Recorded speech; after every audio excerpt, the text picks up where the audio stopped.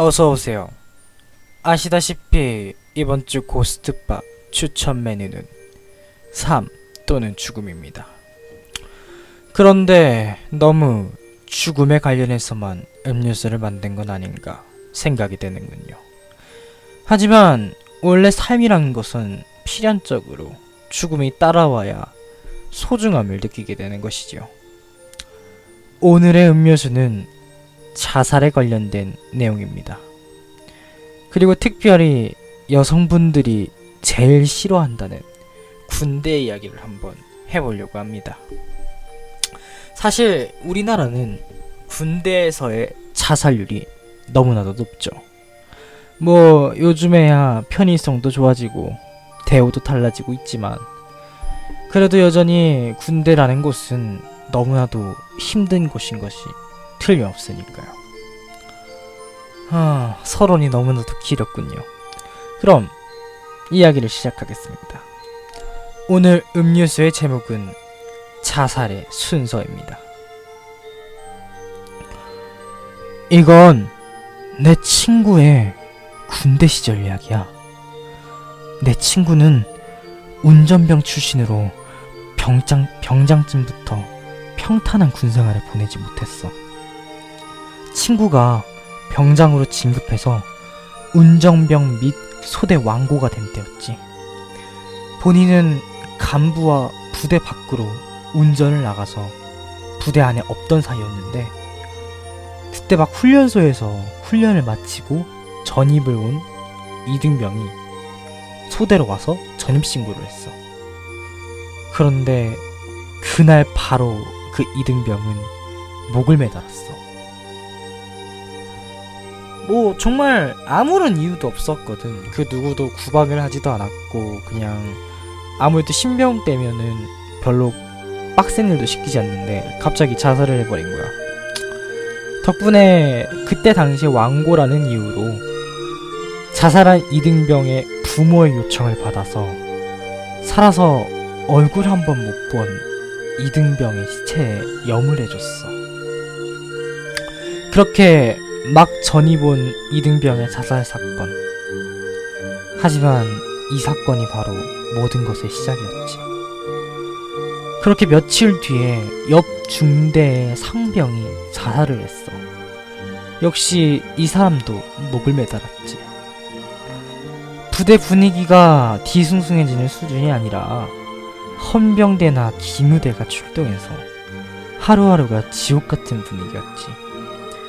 이등병이 자살한 지 며칠 되지도 않았는데 또다시 연달아 자살 사건이 터졌으니까 사실 뭐 부대 운영은 고사하고 하루종일 헌병대 조사만 계속되었지. 그렇게 지옥같은 나날을 보내다가 조금 안정이 되기 시작할 때 그렇게 상병이 자살하고 딱 한 달 뒤 이번에는 중이가 자살을 한 거야. 역시 똑같이 목을 매달고 말이야. 이제 완전히 부대는 난리가 났지. 뉴스에도 나고 말이야. 2달 사이에 무려 3명이나 자살을 한 거야. 근데 마지막에 자살한 이 중이는 말이야, 아버지께서 무려 육군 삼성 장군이셨어. 게다가 중이 본인도 꽤나 쾌활한 사람이었고 자살할 이유 같은 건 전혀 찾아볼 수가 없었지. 그런데 자살을 해버린 거야. 그렇게 연달아 3번의 자살 사건이 있은 후로 계속해서 모든 군인들이 헌병대 기무대 출동하면서 계속 감시를 당하면서 그렇게 생활을 하고 있었지. 이제 전역하기 얼마 안 남아서 마지막 휴가를 떠나야 되는 상황이었어.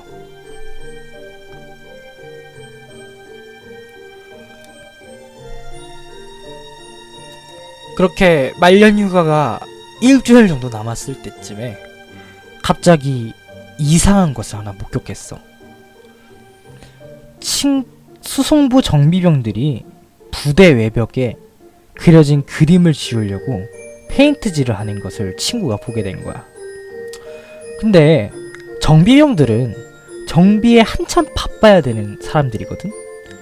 그런 정비병들이 무슨 페인트질을 하는지 또 그 이유를 몰랐고 또 궁금했던 친구는 수성부 애들 중 한 명을 잡고 물어봤어. 그런데 그때서야 이 이상한 사건의 전개 과정을 알게 돼버린 거지. 1년의 자살 사건이 있기 직전에 말이야, 친구 부대에 대대장이 교체가 되었어. 뭐 대대장이나 부대장이 바뀔 때마다 군대에서는 흔히 기념 삼아서 이런저런 작은 이벤트들을 하는데, 이 부대는 간부들이 병사들을 시켜서 칙칙한 부대 외벽에 그림을 그리게 한 거야. 뭐 군대니까 당연히 군인 그림을 그렸겠지. 그런데 이 그림이 왼쪽에서 오른쪽으로 이등병, 상병, 중위 순으로 그려져 있었어. 그리고 1년의 자살 사건이 일어났었지. 이등병, 상병, 중위의 순으로 목을 매달았잖아. 바로 이 그림 순서대로 말이야.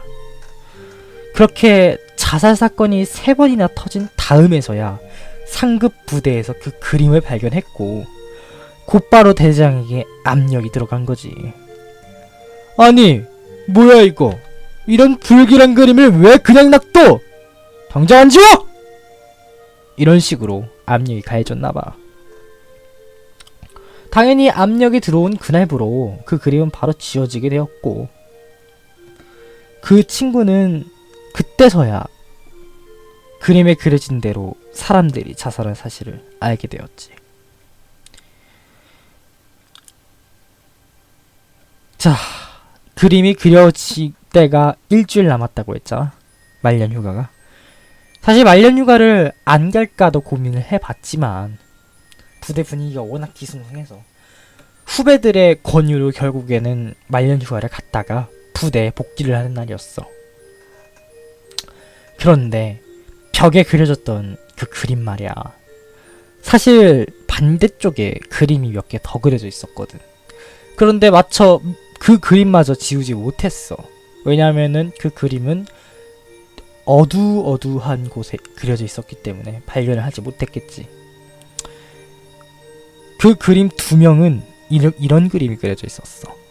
그러니까 이등병, 상병, 중위의 그림 말고도 2개의 그림에는 여군 2명이 더 그려져 있었지.